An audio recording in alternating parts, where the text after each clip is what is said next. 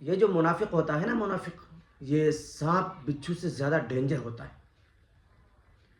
کسی کہنے والے نے کہا ہے، اور بڑا ہی عمدہ کہا ہے، کہ سانپ اگر ڈس لے تو اس کا علاج ہے، بچھو اگر کاٹ لے تو اس کا بھی علاج ہے، لیکن منافق کے ڈسنے کا علاج مشکل ہے۔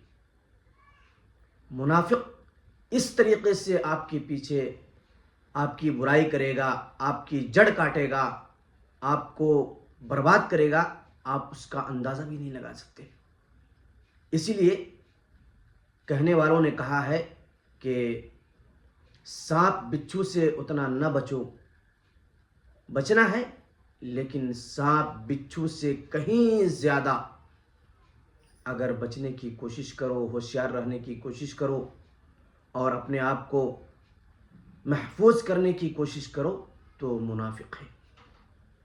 منافق سے بچنے کی پوری کوشش کرو، اس لیے کہ یہ اپنی ذات کے لیے بھی، سامنے والے کے لیے بھی، اور سامنے والے کے ایمان کے لیے بھی بہت ڈینجر انسان ہے،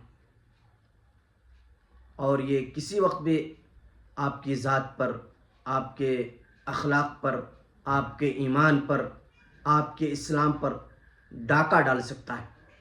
اس لیے اس سے بہت زیادہ بچنے کی ضرورت ہے۔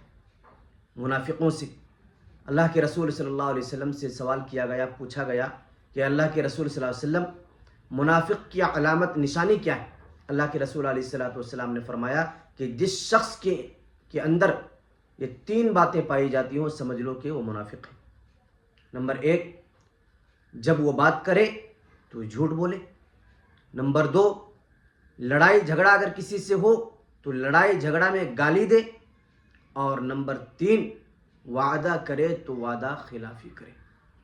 اگر یہ 3 علامت کسی شخص کے اندر پائی جائے تو وہ پکا منافق ہے، اور ان تینوں میں سے کوئی ایک علامت پائے جائے تو منافقوں کی علامت کے دروازے پر وہ پہنچ چکا ہے۔